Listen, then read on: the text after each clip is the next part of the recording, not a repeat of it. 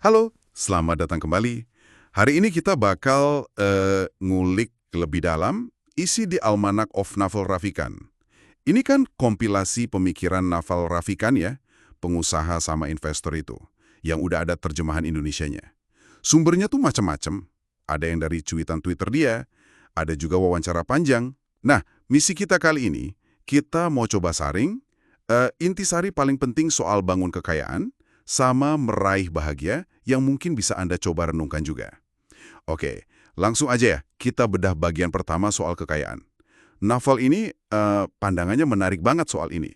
Katanya, jadi kaya itu bukan cuma soal kerja keras mati-matian. Ya kan?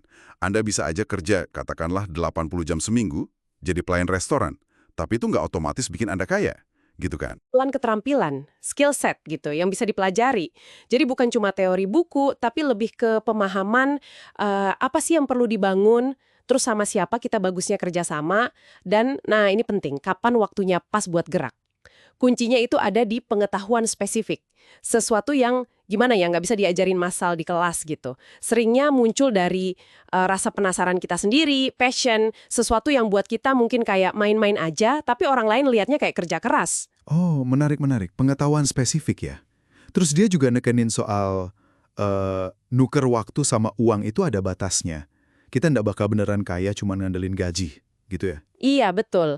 Nggak akan kaya kalau cuma jual waktu. Makanya perlu punya ekuitas. Ekuitas, maksudnya? Tahu? Nah, di era sekarang ini bisa juga kode program sama konten media. Itu aset juga. Iya, kode dan media. Tepat. Ini yang sama Naval disebut leverage. Semacam daya ungkit lah. Kalau dulu mungkin leverage utamanya itu modal, duit, sama tenaga kerja, orang. Tapi sekarang ini yang paling dahsyat itu justru kode dan media.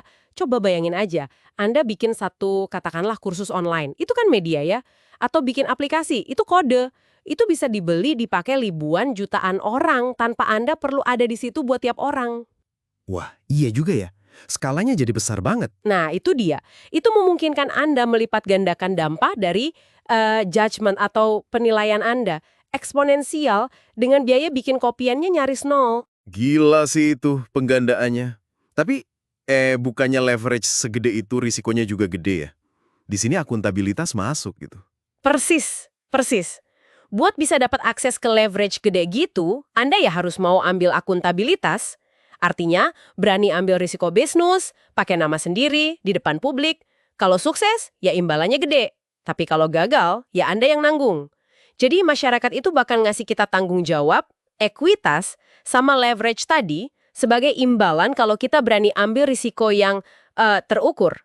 Ini soal punya judgement yang bagus dan berani taruhan sama penilaian itu. Oke. Jadi fondasi kekayaan itu pengetahuan spesifik, leverage, akuntabilitas, sama judgment ya. Paham. Nah, sekarang kita geser nih ke bagian yang menurut saya pribadi, wah ngena banget. Setelah ngomongin panjang lebar soal cara bangun kekayaan, Naval malah bilang kalau sukses finansial itu ya nggak otomatis bikin bahagia. Banyak banget kan contohnya, orang super kaya tapi hidupnya malah nggak tenang, sengsara gitu. Uang emang bisa nyelesain masalah duit, tapi kayak nggak bisa beli kedamaian batin ya. Ini poin krusial banget. Kata Naval, sama kayak kekayaan tadi. Ternyata, kebahagiaan itu juga sebuah keterampilan. Sesuatu yang bisa dipelajari, dilatih. Jadi bukan sesuatu yang turun dari langit gitu aja, bukan warisan, bukan juga nemu di luar sana. Kebahagiaan itu pilihan sadar kita. Setiap saat, kondisi internal yang kita bangun secara aktif. Pilihan sadar ya. Terus gimana cara ngelatih otot bahagia ini? Naval definisiin bahagia itu bukan kayak rasa seneng yang meledak-ledak sesaat atau mikir positif terus, tapi lebih kayak kondisi di mana kita ngerasa, nggak ada yang kurang gitu. Semacam ketiadaan hasrat akan hal-hal di luar diri kita.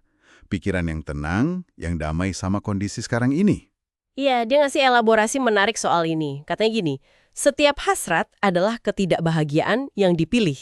Waduh, gimana tuh maksudnya?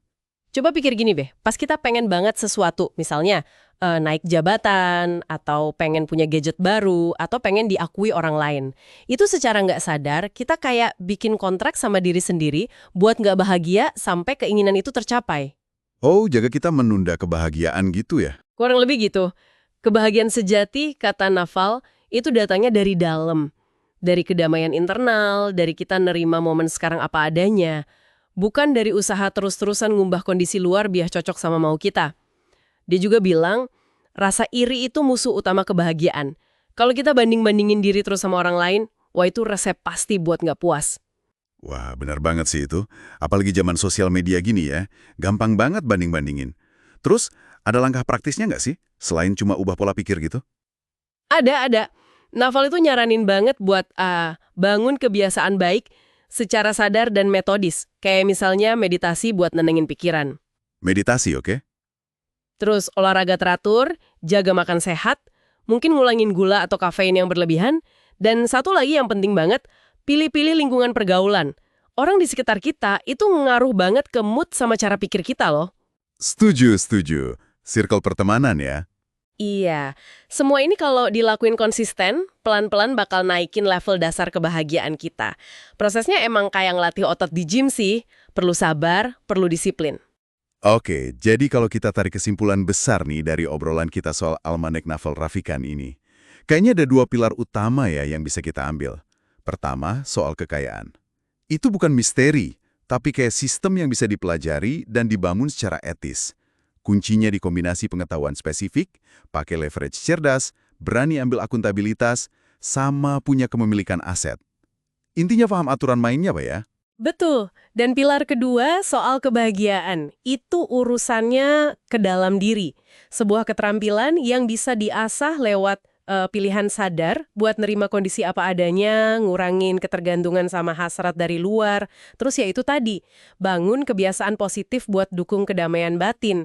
Yang menarik itu gimana keduanya, kekayaan sama kebahagiaan, itu bisa saling mendukung, tapi sebenarnya permainan yang beda.